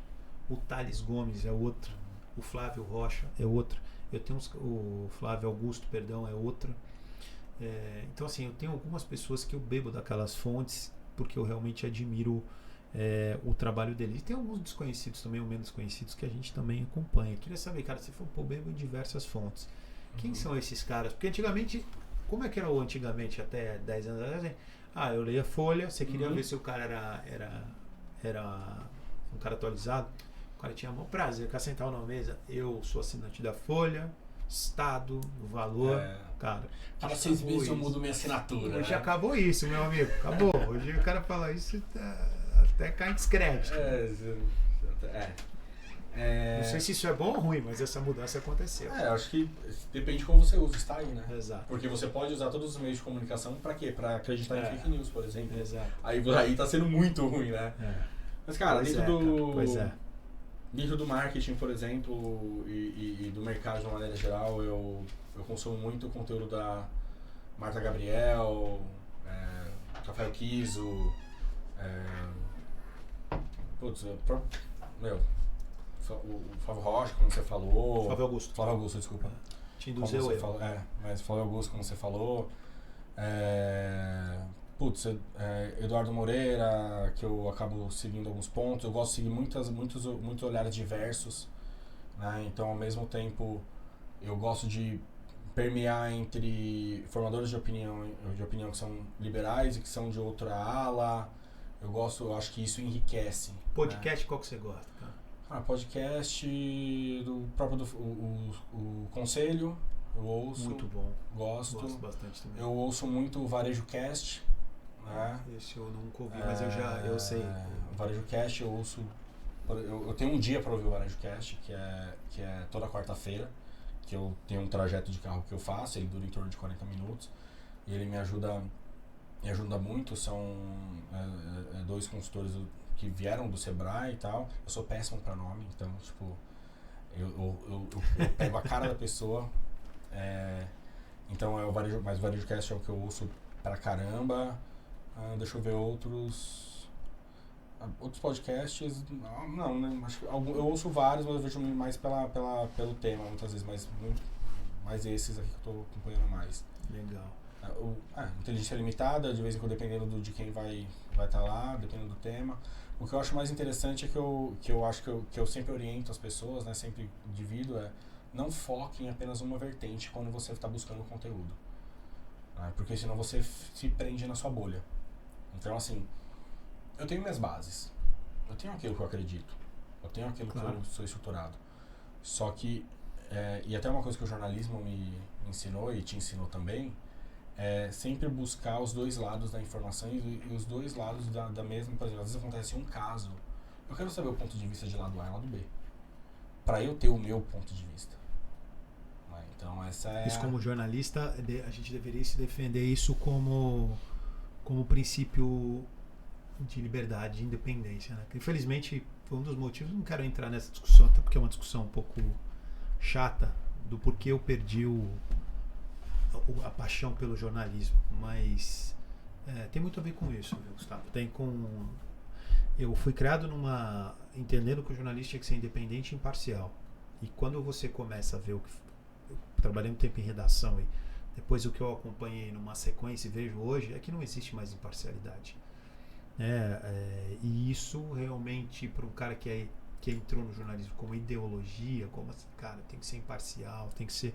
Realmente isso é muito duro ver o que tem sido feito hoje. Então, os canais tradicionais caíram em total descrédito comigo, sendo bem claro. Então, eu procuro muito, não estou falando que eu estou certo ou estou errado, mas eu prefiro procurar algumas pessoas que eu admiro, que eu vejo o trabalho, que eu gosto, que eu falo, pô, esse cara aqui tem muito a me ensinar, do que os canais abertos geral padrão, que às vezes eu tenho a impressão que eles não têm o compromisso com a verdade, o compromisso com a verdade com os fatos, é o compromisso com a verdade ao qual eles querem que você enxergue. Então, isso para mim foi uma coisa que me gerou um pouco de descrédito. Eu me afastei um pouco de ver TV aberta, né? Sim, não, TV, eu acho assim, eu não tenho, acho que uma visão tão apocalíptica, né?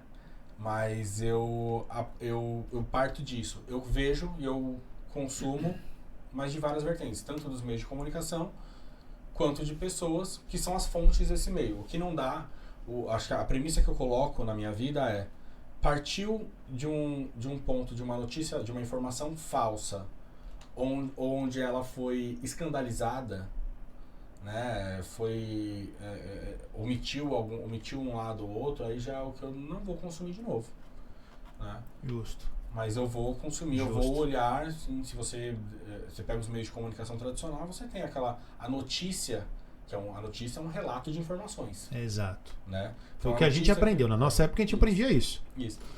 E aí eu procuro entender quais são as informações relatadas ali, entender quando é uma opinião, que aí você tem uma coluna, uma opinião ou um editorial, né, que tem que seguir isso, e aí você entende o que está acontecendo. Então, assim, eu procuro me atentar quando eu vejo as notícias, ou para não cair, né, nesse universo de, talvez numa cilada, vamos dizer assim, né, eu me atento aos fatos que estão sendo expostos ali, e a partir dali eu vou tentar validar isso com outras fontes.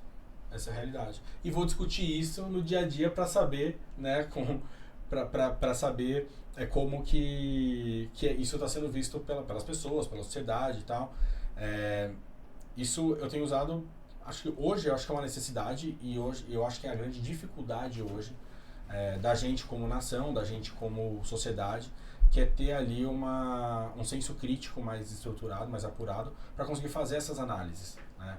Porque se você tem esse senso crítico mais apurado, se você consegue interpretar realmente o texto que está colocando, a palavra, a fala, entender, né, o que é o que, você acaba não caindo num ponto de manipulação. Sem dúvida. Né?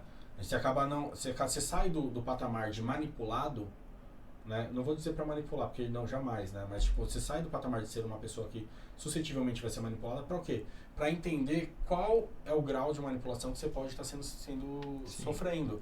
Então, eu acho assim, o que tem muita informação, hoje em dia você tem que fazer uma curadoria, a gente falou vários pontos aqui. Tem muitos pontos de contato, conteúdo vindo de todos os lados. Você tem uma facilidade enorme de se fechar em bolhas, o que é um perigo enorme, perigo grandíssimo. Né? Isso é tenebroso, dependendo de como você levar isso à frente. Né? Se fechar em bolhas é terrível para você, porque pode fazer com que você acredite naquele supremo que você está inserido. Né? Então, assim, se questione aquilo que você está vendo e vá à frente, coloque em prática ali. Não tenha medo. Pô, você pode gostar de A e você pode odiar e não gostar do B, mas confronta e olha, isso assim, a gente está conversando aqui, parece que é uma conversa muito de sociedade, muito indo para política e tal, mas isso é no mercado, isso é no negócio. Sim. Você tem uma forma de fazer a gestão do seu negócio, mas a sua ideia não é a suprema. Às vezes o ponto de vista do outro pode não ser 100% bom, mas você tem ali formas de extrair o positivo para colocar no seu negócio e desenvolver melhor a sua empresa, ou fazer com que o contraponto da outra pessoa permita que você enxergue uma modificação no mercado, uma modificação no seu negócio, que você, dentro da sua bolha, muitas vezes, ou das suas convicções, não está vendo. Então, assim, você tem que se questionar, você Sim. tem que se colocar num ponto de aprendiz, senão você vira um ser supremo, que você se isola e você vai falir, você não vai ter ninguém à sua volta que efetivamente vai falar a realidade para você e vai só concordar. Sem dúvida, cara, sem dúvida. E uma pergunta interessante, cara, em relação a mercado. Estamos falando aqui um pouco de política, eu vou entrar nesse papo, mas eu não quero saber do ponto de vista ideológico. Eu queria saber exatamente isso. Cara, aí mudou o governo no final do ano passado, você atende diversas empresas. Como é que foi essa mudança do ponto de vista de mercado? Como é que você está sentindo o impacto nas empresas que você atende? O pessoal em geral tem achado bom, ruim, segue em cima do muro, porque eu vi muito isso, por muito tempo o pessoal nem falando, nem se posicionando de um lado para o outro. A mudança econômica, o que você sentiu, se você teve essa relação no passado, esse feeling, o que você pode falar aí a respeito? Acho um ponto importante. Estamos tirando a ideologia de lá, estamos falando de fato, tá? Eu vou ser muito sincero, eu não discuto ideologia. É isso aí. Tá?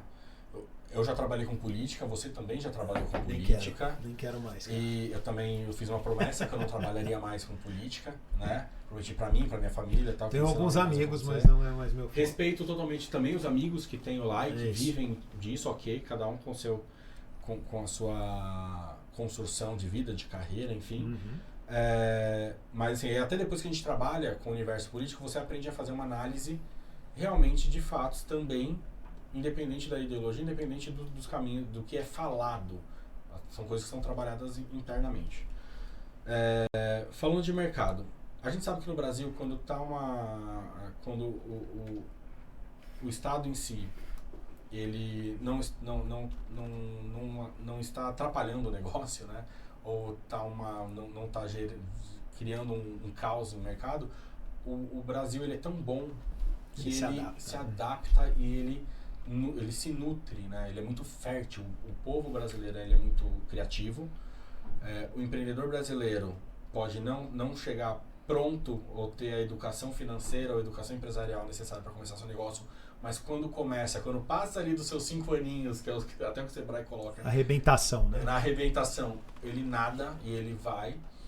Então, assim, o que eu tenho visto dos mercados, dos negócios que eu estou trabalhando hoje, é que a gente tem tido um crescimento em alguns setores, né, ali, alguns pontos que a gente está trabalhando.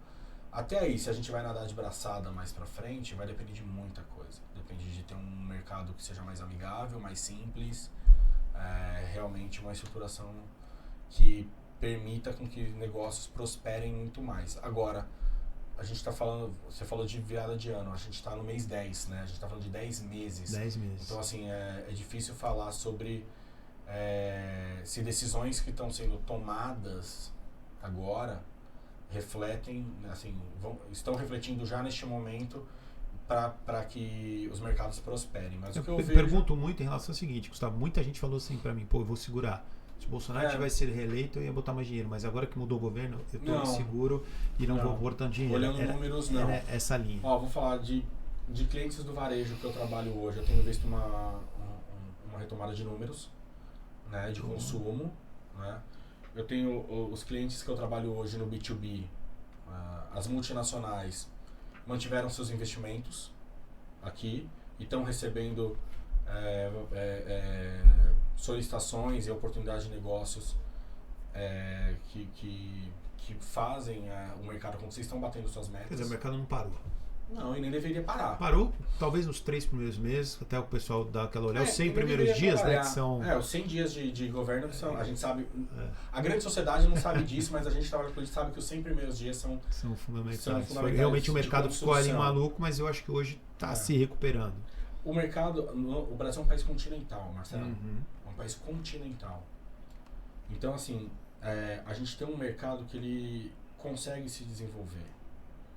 O que não pode é ter instabilidade e o que precisa é ter uma flexibilização e uma simplificação em várias questões. A gente está falando tributária, tal, a gente está falando administrativa.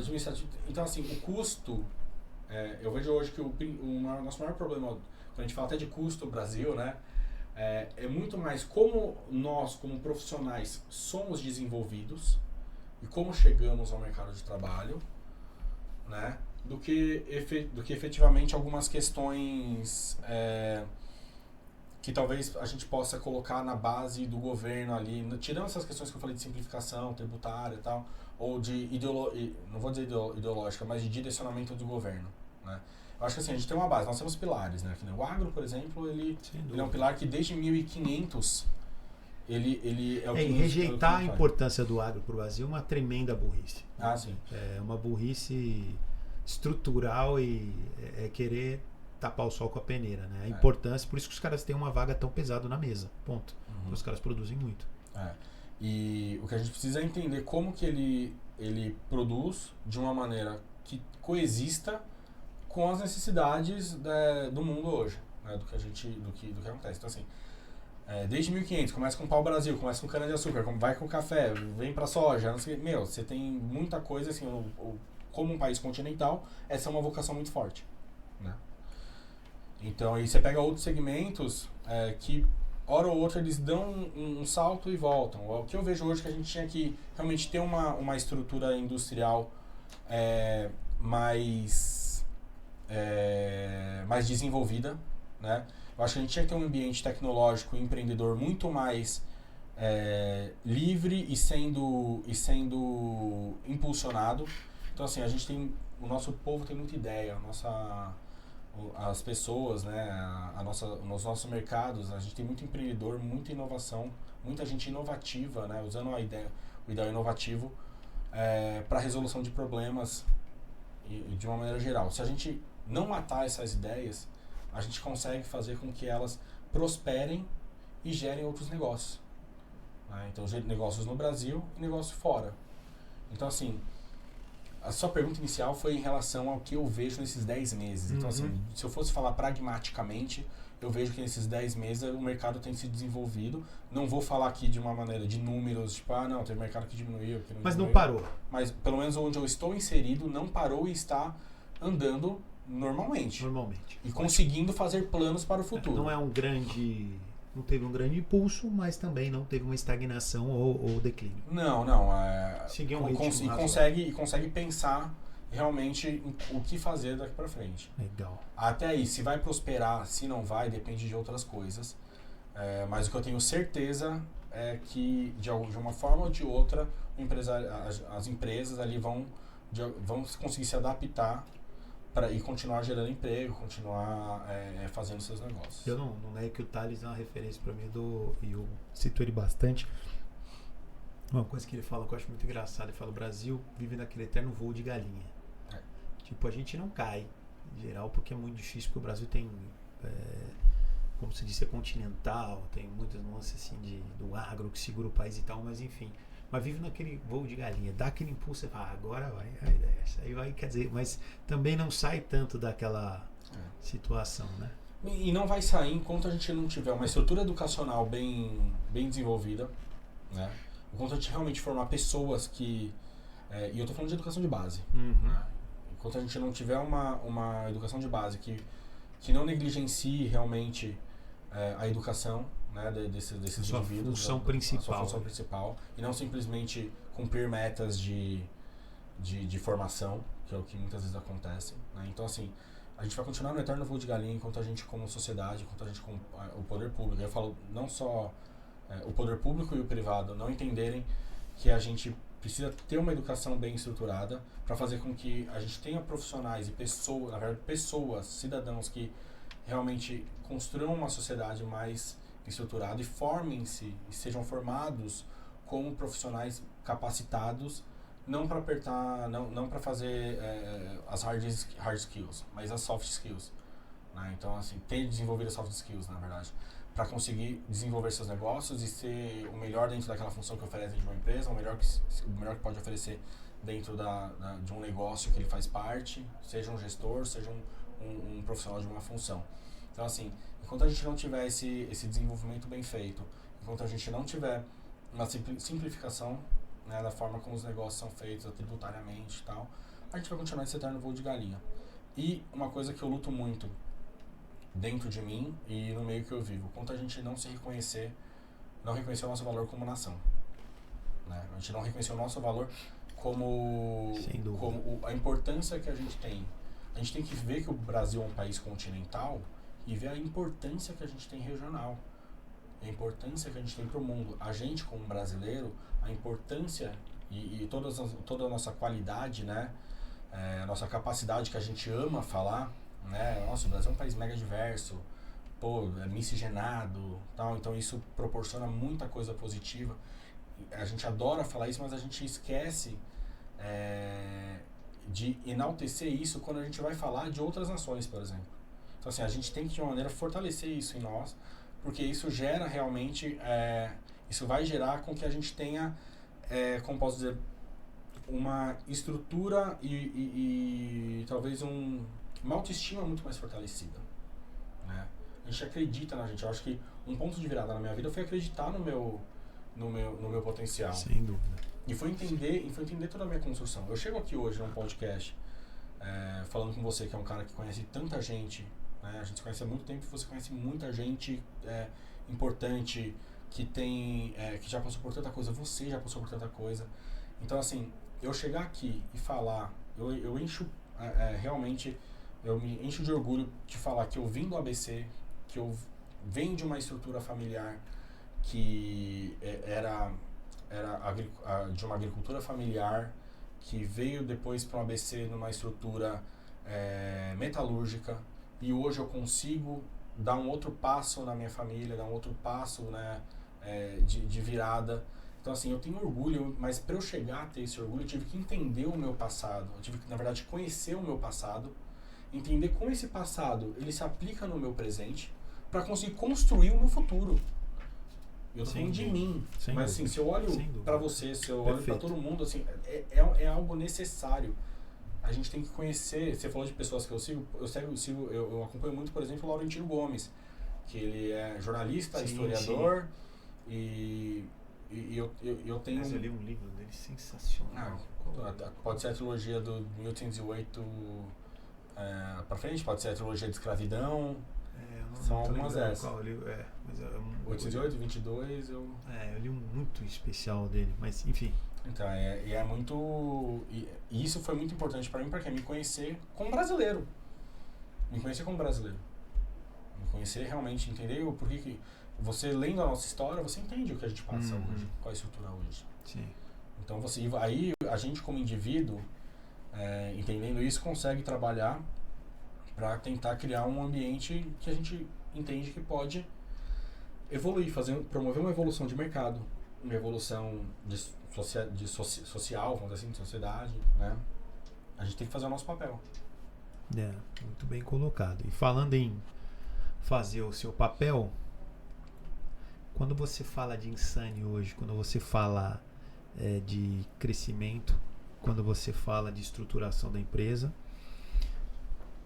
para onde você olha hoje? Qual o futuro que você vê? Quem está o profissional de marketing hoje para ser um cara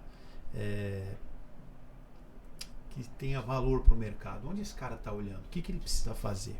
Ele está olhando para as modificações do mercado. A gente vive um mercado cada vez mais dinâmico, né? De vários negócios. A gente está olhando, então, o mercado de marketing hoje, vamos dizer assim. É importante falar uma coisa. O marketing, ele é constituído de produto, preço, prazo e promoção. Né? Então, quando você entra numa empresa, depois foi surgindo pessoas, tal, não sei, mas quando você entra como um profissional de marketing, um estrategista, como é o meu Kotler. Caso, o papai Kotler, né? O Papa Kotler. Tem gente que chama de vovô já. Né? Coitado, né? Mas ainda é necessário. Quando a gente entra numa empresa, muita gente só vê a parte da promoção. Isso aí é marketing, faz marketing. Ele está olhando só a parte de promoção, de como você coloca uma empresa, uma marca à frente.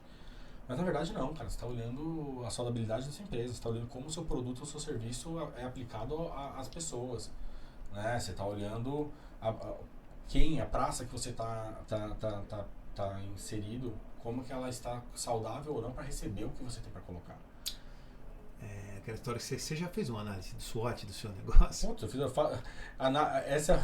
fiz uma análise de SWOT de tudo, né? Todos os clientes eu tenho, né? A SWOT está ali, eu vou fazendo. Porque às vezes o pessoal fala, mas esse marketing muito velho, ficou para trás. Cara, eu entrei numa das maiores empresas de gestão do Brasil, a primeira coisa que ele me fez foi faz uma análise de SWOT. Eu olhei e falei, caramba, se eles são os tops do mercado e eles fazem, por que não, né? E o mais louco, Marcelo, que é o seguinte, às vezes fala, uma análise de SWOT é uma ferramenta que já pode estar obsoleta, eu já li muito sobre isso, mas não é a questão aí você vai ver a próxima ferramenta, ela é semelhante, ela é igual, mas diferente. Porque assim, o lance não é a estrutura criada, é o quanto você se questiona para responder aquilo. É o quanto você tem coragem de se questionar. Quando você olha a fraqueza, a coisa mais rica, acho que uma coisa mais valorosa é uma pessoa que consegue reconhecer suas fraquezas. Sem dúvida. Se você reconhece suas fraquezas, você sabe para onde o que isso você é autoconhecimento. Tem que trabalhar. Total. Aí você entendeu suas fraquezas, você viu as oportunidades, você viu falar de ponto forte. Né? As pessoas chegam lá, não, eu sou isso, sou aquilo outro, mas tipo, realmente você é? Fala a verdade, pensa. E o teu ponto fraco? Eu sou perfeccionista. Nossa, vai ser perfeccionista, pelo amor de Deus, né? Então assim, como você falou, onde eu tô olhando, então assim, eu tô olhando para um mercado mega dinâmico. Isso é onde eu tô olhando. Eu tô olhando para as pessoas e como conseguir lidar com todos os impactos que a vida hoje nos dá. Aí a gente entra aqui em soft skill. É isso que eu ia te perguntar. Entendeu? Porque aí se você conseguir dominar hoje os seus medos, se você conseguir, não vou nem dizer dominar, mas saber lidar. Gestão emocional. Com isso, lidar com tudo que a nossa vida hoje, né? Porque isso é algo muito não sei se é preocupante a palavra correta, mas com a evolução de tudo o que tudo o que os canais de comunicação nos impactam, né? Informação, referência, né? Você está vendo, às vezes se cobra muito porque você está vendo a pessoa, sei lá, o mercado se desenvolvendo e você tem medo de não se desenvolver, sabe? Se você não consegue lidar com isso, você vai entrar na ruína. Tá? Então, assim, tem que saber entender um mercado que é realmente dinâmico e como você lida com todas essas informações que chegam até você de uma maneira que você não se precipite. Sim. Né? Sim, sem dúvida. Cara, o Daniel Goleman tem um livro que é o Inteligência Emocional. Eu acho sensacional aquele livro. E eu vou fazer uma pergunta com uma questão que ele levanta no livro. Para você hoje, quantos funcionários tem em Sunny hoje, o grupo de vocês? Diretos 15, indo até para 25, 30, depende. 30. Quando você olha, você vai contratar um profissional para atuar na área de marketing ou de qualquer função da agência. No livro ele crava que hoje as pessoas procuram mais o QE do que o QI, que é o quociente, que era o quociente de inteligência, né, que é o teste de QI ali, e o outro é o emocional, é a habilidade emocional de trabalhar em cada situação. Então o cara, se tem capacidade ou não de trabalhar sob pressão, é um cara que tem a capacidade de aprender ou não, se o cara é bom de ambiente, enfim. Você concorda com isso? E como você faz isso na Insane, cara? Isso vocês relevam isso? Vocês, quando contratar alguém, vocês pensam sobre esse prisma? Como é que funciona? Sim, a gente pensa também. A gente costuma dizer o seguinte: se a pessoa ela consegue lidar com todas essas questões emocionais, né, e tem uma capacidade de aprendizado, está disposta a aprender, toda a parte técnica ela vai aprender e a gente vai ensinar, vai desenvolver. Então eu posso te dizer assim que hoje, dentro do nosso processo, a gente tem ferramentas que avaliam muito mais a parte realmente das soft skills do que das hard skills. Que ferramentas vocês usam lá hoje? Cara, hoje o nosso time de RH ele tem testes específicos para isso. Na entrevista a entrevista é guiada de uma maneira onde você analisa as respostas depois, então tem todo um time depois multidisciplinar que olha isso, né, focado lá no nosso time de RH que acaba verificando todas essas partes, né. Então assim, tem desde teste específico que a pessoa responde até principalmente a análise guiada da entrevista. Isso diferencia muito, né, porque o profissional mais caro é aquele que fica muito pouco tempo, né? O alto turnover te gera um custo muito alto, né? Então, um bom profissional que tiver um ciclo de vida na empresa de, sei lá, 5 anos, já é um profissional que valeu muito a pena você ter, ou pelo menos, sei lá, 3 anos. Agora, o profissional que fica ali 2, 3 meses, passa pelo teste para você mandar ele embora, esse cara sai muito caro para você, né? Então, é o erro de contratar errado, risco de lei trabalhista, que aliás Getúlio Vargas deixou um presente pra gente ali, que a gente talvez para aquela ocasião funcionasse, mas para hoje precisa de várias mudanças. Aconteceram, né? A lei mudou um pouco, então o pessoal estava fazendo uma discussão querendo voltar algumas das coisas atrás. Seria um tremendo retrocesso, que eu acho que na verdade você precisa melhorar um pouco, inclusive, essa lei ainda, do ponto de vista para o empresário, até para que gere mais empregos, né? Não é ganância, é até para que você consiga contratar, ter menos problemas quando você erra na contratação de um funcionário, enfim, né? E aí me diga uma coisa, cara, quando você caminhando para o final, prêmio ABC de comunicação, que é em dezembro, isso. E você é o presidente do... Eu sou presidente do Comitê de Stakeholder. O Prêmio ABC da Comunicação, ele é a maior premiação da região, dessa comunidade que eu falei aqui, que é formada por mais de 1.000 empresas, entre agências, fornecedores. E ele tem várias categorias ali, né, que são regidas por esses comitês. Então você tem live marketing, você tem publicidade, digital, você tem a Stakeholder, que é a qual eu sou presidente e no qual você é o padrinho. Muito obrigado pelo convite. Inclusive, muito obrigado pelo convite aí. E eu que agradeço você aceitar, porque é muito importante para nós e é muito enriquecedor, né, ter você fazendo Eu que agradeço a participação, poder colaborar ali com vocês. Obrigado.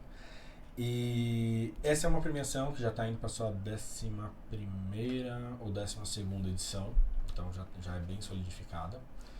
E premia aí os principais cases e profissionais da região, né? Então, eu tenho a felicidade de falar que a Insane ela já foi a agência do ano, né, algumas vezes, desde 2015 ali, né? A gente foi a agência do ano geral 2015, o ano passado nós fomos agência do próprio stakeholder. Eu não lembro se eu te visitei a última vez, 15 ou 16, acho que foi 16. Cara, que você tinha de prêmio ali de agência. Eu até brinquei com você, eu falei, cara, tem atleta olímpico que não tem estudo de... Tem alguns, de lá pra cá vieram outros aí prêmios, felizmente, que é o que mostra aí, que mostra a evolução do nosso trabalho e do nosso mercado, a solidificação do nosso mercado. Quando você tem uma premiação que está há 12 anos, né, 11, 12 anos, sendo realizada, que reúne não só as agências, que a premiação, né, que nem você faz parte de um comitê, onde eu tenho ali um comitê permanente que é formado por pessoas de agências, né, eu tenho você que é um profissional, que é um padrinho, que é uma personalidade que está ali com a gente, eu tenho um profissional de educação, que é um professor de alguma instituição, né, que trabalha com marketing, com comunicação. Eu tenho jurados de diversos lugares do Brasil que entram de maneira online. Então, quando eu tenho uma premiação que acaba tendo a avaliação tão diversa, eu tenho realmente que valorizar muito quando eu ganho um troféu. Quando eu sou reconhecido. Claro. Porque se todas essas pessoas que são profissionais capacitados, que são pessoas que são referências, elas olharam para aquilo e votaram de uma maneira, olha, realmente isso aqui vale um ouro, vale um prata, vale um bronze. É sinal que o que você gerou, porque assim, o case que está lá é um trabalho gerado para o mercado. Sim. Se ele virou um case para ser avaliado na premiação, é porque ele gerou o resultado primeiro para o meu cliente. E se ele gerou o resultado para o meu cliente, é porque ele foi feito por um time lá do grande ABC, de uma agência do ABC. O cliente ele pode ser ele pode ser de outros lugares do Brasil, pode ser uma multinacional, tal, mas a agência que criou ela é de lá. As pessoas são dali. Então assim, ele valoriza o nosso pulsou mercado. dali, né? Pulsou dali, ele valoriza as pessoas que estão ali, elas trabalharam e elas se orgulham daquilo. Mostra como o nosso mercado é forte, como assim, o principal fator que muitas vezes nos prejudica é a nossa própria falta de confiança e de reconhecimento quanto o mercado das agências de marketing, branding e comunicação do grande ABC ele é bom. Então assim, quanto a gente não entende isso é o que nos prejudica. Então a partir do momento que a gente se entende como profissionais, como empresas e profissionais capacitados, a gente entende assim, que o céu é o limite pra gente, a gente vai bater de frente com qualquer um. A gente vai conseguir fazer frente nas principais agências de outras praças, né? Então, assim, a premiação, ela é muito importante para fazer com que a gente tenha esse reconhecimento. Né? Sensacional, cara. Não tenho dúvida disso, cara. Eu acho que todo prêmio, cara, tem que ser realmente comemorado. Aliás, os vikings falavam isso, né, cara? Que eles falavam que eles viviam em batalhas o tempo todo. Então, os momentos de comemoração deles eram muito fortes. Porque eles diziam, cara, a batalha, para você ter energia para fazer a próxima batalha, você tem que se olhar forte, se olhar como vitorioso, né? Para você sair confiante. Então eles tinham lá as bebedeiras dele, as coisas dele, em comemoração, porque sabia que o outro dia era duro, que no outro dia começava do zero. Né? E esse é um ponto importante, Marcelo. A gente tem que aprender a valorizar as nossas vitórias. E valorizar, na verdade, assim, quando eu falo de vitória... Tentando lembrar a frase que eles usavam, eu esqueci agora, tinha uma frase muito bacana pra isso. Mas às vezes a gente fica muito se segurando, putz, eu não vou comemorar isso, eu vou esperar algo maior. Não, cara, uma vitória que pode ser um trabalho legal, um dia que você olhou e falou, putz, hoje eu consegui alcançar meus objetivos, hoje eu consegui fazer o que eu queria fazer. Hoje eu alcancei esse objetivo, tem que ser valorizado, tem que ser comemorado. A gente tem mais do que o título, que o troféu é as conquistas. É o processo todo. O processo todo precisa ser valorizado. Entendeu? Eu agradeço todo dia. Eu agradeço pelas coisas boas que acontecem na minha vida e por aquelas que eu julgo que não são boas. Porque são nessas que não são boas que eu consigo aprender e entender como eu cresço. Então, assim, não necessariamente eu preciso entender algo negativo que aconteceu na minha vida, que eu julgo como negativo, dentro da minha limitação, eu posso entender que é algo negativo. Mas, na verdade, não. Ele fez você ter um entendimento diferente para alcançar aí os momentos de vitória mesmo ali, de ganhos, de evolução. Sim, sem dúvida, cara. Gustavo, eu tô rindo aqui uma passagem nossa. Alan, o diretor Alan, presta atenção nessa. Gustavo, qual foi o teu emprego? Qual foi o seu emprego que você ficou menos tempo? Conta como foi. Na verdade, eu trabalho desde os meus 14 anos de idade. Ali, meu primeiro emprego foi um lava rápido. Depois eu fui técnico em informática. Me dividi entre técnico em informática e estagiário de comunicação. Fui trabalhar numa TV como produtor. Depois eu abri minha empresa. Eu nunca fui demitido. Até eu abrir minha empresa, eu nunca tinha sido demitido. Demitido, em nenhum momento. Nunca fui demitido. Pelo contrário, eu sempre recebi ou promoção, ou quando eu queria ir embora, me perguntavam assim, não, mas peraí, você não quer isso, aquilo, né? Em dado momento, eu tinha acabado de abrir minha empresa, nós nos conhecíamos, né, já ali do esporte e tal, e eu sempre gostei muito de TV, você era repórter de TV, e em dado momento eu falei pra você, pô, Marcelão, adoro futebol, adoro esporte, adoro TV, velho. Putz, cara, eu queria muito trabalhar aí como repórter um dia. Pô, legal pra caramba, né? E olha que assim, hoje eu julgo que foi um momento de fraqueza, porque eu já tinha minha empresa. Sim. Né? Aí, dadas as vidas, você tava saindo da TV, indo pra Federação Paulista, né, de futebol. Aí você falou, Gu, pô, cara, tem aqui a minha vaga, você não quer tentar? Eu lembrei, você me falou isso uns 3 meses antes, aí eu lembrei de você. Aí ele falou, Gu, você não quer tentar? Aí eu falei, pô, mas eu tenho uma empresa e tal, como é que é? Pô, acho que você entrava às 4 e saía às 10 da noite. Era algo assim. Aí eu falei, pô. Das 2 às 4, aí eu falei, sei lá. Acho que eu falei, pô, dá pra eu tocar uma parte da minha empresa, dá pra eu tocar à noite o trabalho. Pra mim, velho, eu sempre trabalhei em 2 empregos, sempre fui pai do Cris, sempre trabalhei em 2 empregos. Outra similaridade nossa, eu trabalho em 2 empregos desde meus 18, 19 anos de idade. Também, então, tipo, sempre trabalhei em 2 empregos e estudava. E tinha uma época que eu ainda fazia academia depois e estudava de sábado, fazia outras coisas e tal, enfim. Eu falei, não, dá pra tocar. Aí lá vou eu, pra ser repórter de esporte. Fiquei 1 noite e meia.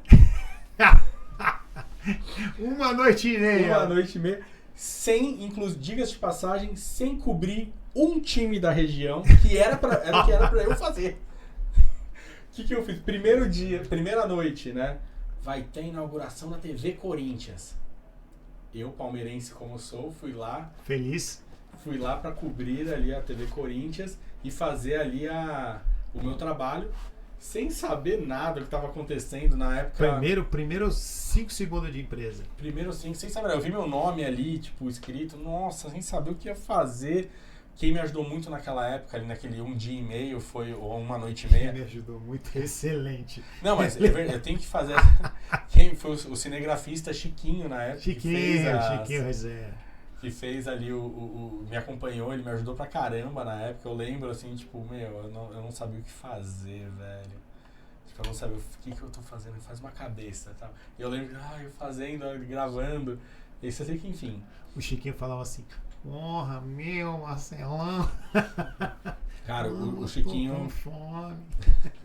Cara, que é, extremamente inteligente ali, realmente tinha muito conhecimento, me ajudou muito, ele me deu vários toques ali naquele momento. Mas, assim, não tive o... Hoje a gente fala de onboarding, né? Hoje eu me preocupo pra caramba em fazer um onboarding pra lá na agência. E ter um tempo pro pessoal entender o que vai ser. Não existia. Fui ali, ó, chega lá, tá ali. Toma 10 a faixa, se não fizer o gol, sai do time. Eu não conhecia nem os processos da empresa. Eu lembro que, na época, a pessoa que me contratou, eram 2 pessoas responsáveis pelo jornalismo, uma delas, assim, eu esperando que, não, vai ter um direcionamento ali, ó, a gente trabalha assim, assim, assado, dessa maneira, tal, esses são os departamentos, são as pessoas, sua função é essa. A pessoa chegou e falou, olha, o filho dessa pessoa era uma pessoa muito famosa, né? Chegou, olha, eu pus essa vaga no Instagram, no Twitter do meu filho e bombou de currículo, bombou de gente, não sei o que. Então, assim, você sabe, assim, você foi escolhido, mas tem muita gente, assim, na primeira conversa. Aí eu, pô, tá bom, e aí? Obrigado. Tá bom. Enfim, não durou um dia, uma noite e meia, mas ainda bem que não durou. Então tá aí, gente, na hora, eu me senti um porqueiro. Olha o presente de grego que eu dei pro meu amigo aqui. Mas você sempre foi muito valorizado, eu sempre valorizei pra caramba pela oportunidade, Sim, por ter cara. lembrado. Circunstâncias aí que fizeram com que não desse certo. E ainda bem que não deu certo, porque eu segui minha vida, logo depois ali estruturei muito melhor minha empresa, Claro. fiz a fusão, estou aqui hoje, felizmente, depois de... Persistiu, perseverou em cima do seu sonho, né? E é isso que tem que acontecer. Não pode desistir na primeira, cara. Você não pode ser um teimoso cabeça dura, você tem que conseguir entender onde você está inserido e ouvir as pessoas que estão ali prontas para te ajudar e que têm conhecimento para te passar. Sim. Mas nada vem fácil. Você rala muito, cara. A gente rala até hoje, né, Marcelo? Você tá aqui começando um negócio novo, cara. Tô todo dia começando alguma coisa Todo nova, dia, né, cara, começando um negócio, estudando e acreditando. Investindo, não grana, tô falando investindo, grana também, mas investindo o seu trabalho, a sua mão de obra. Qual que é o seu maior, de todos, assim, sem dúvida, o seu maior bem na vida, na Terra? É o maior bem? Cara, eu não digo o meu maior... O que é mais precioso pra você? Então, mais precioso. Na verdade, o mais precioso pra mim são meus filhos. Isso tá acima de tudo. Sim. O que é mais precioso na vida. Se hoje eu estou aqui, é por causa deles.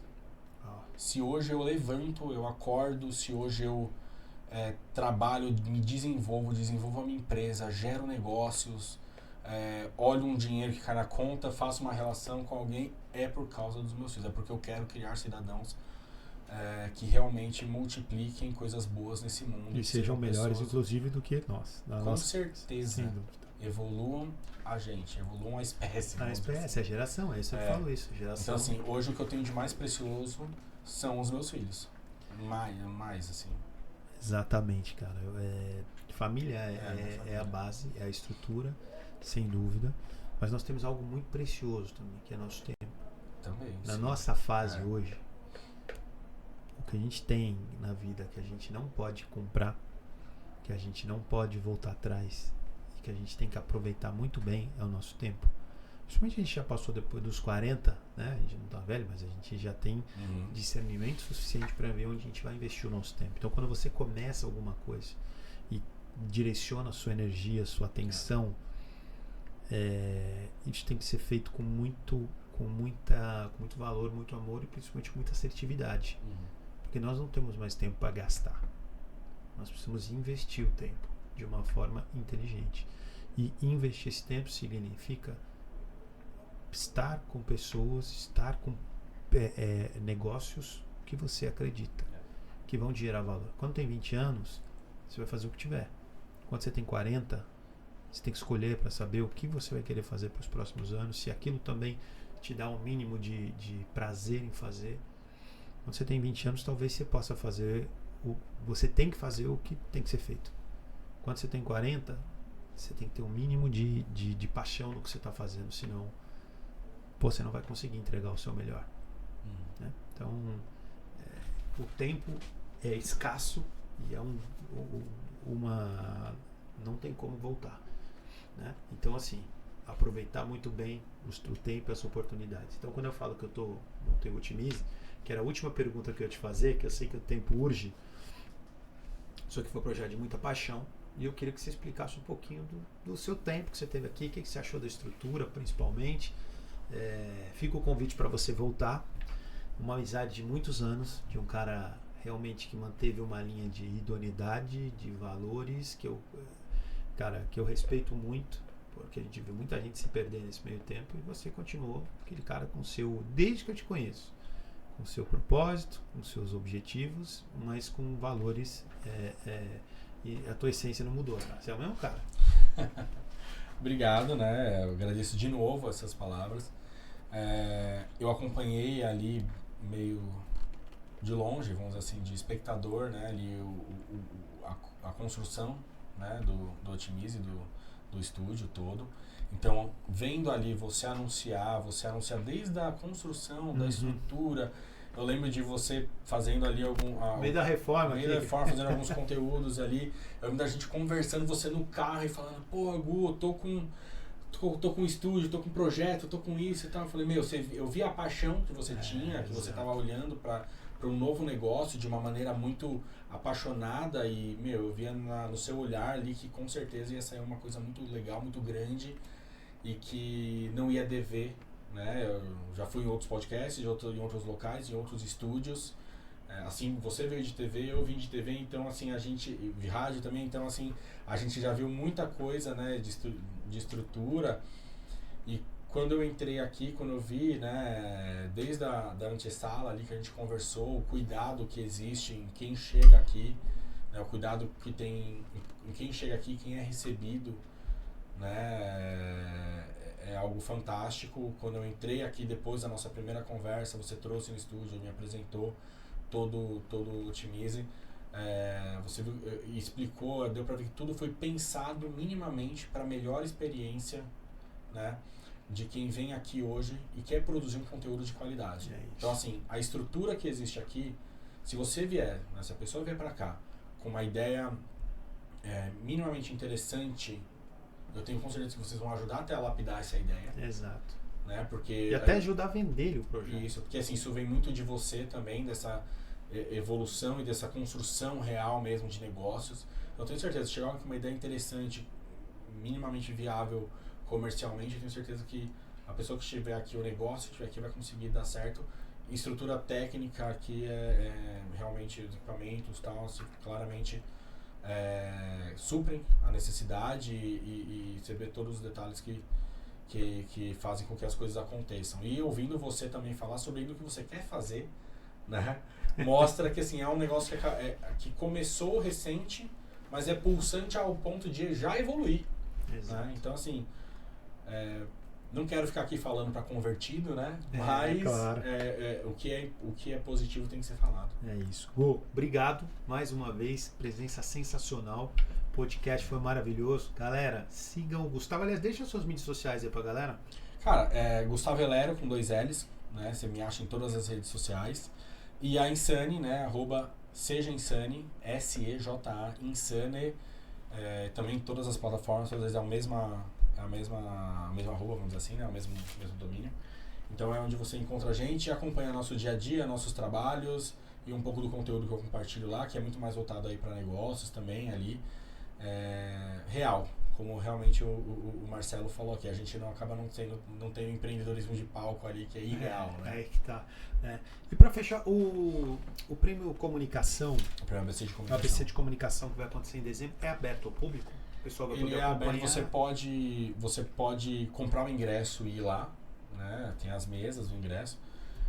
Termina muito rápido, porque assim que abre, todo mundo já compra, né? Abriu agora um primeiro lote de venda, onde já foi consumido pelas primeiras agências que já fazem parte da comunidade. Mas você pode procurar ou na comunidade ABCcom, né? Procura no próprio Instagram. Tem ali o CEO Luciano Bonetti, que é o CEO da comunidade, ele também produz muito conteúdo. E tem o próprio site do prêmio ou o Instagram do prêmio, que é o Prêmio ABC, né, Prêmio ABC da Comunicação. É isso. Você pode ir lá e verificar todas as novidades aí conforme for acontecendo. Irmão, recado dado, muito obrigado. Semana que vem tem mais. Fui, um abraço, galera. Valeu!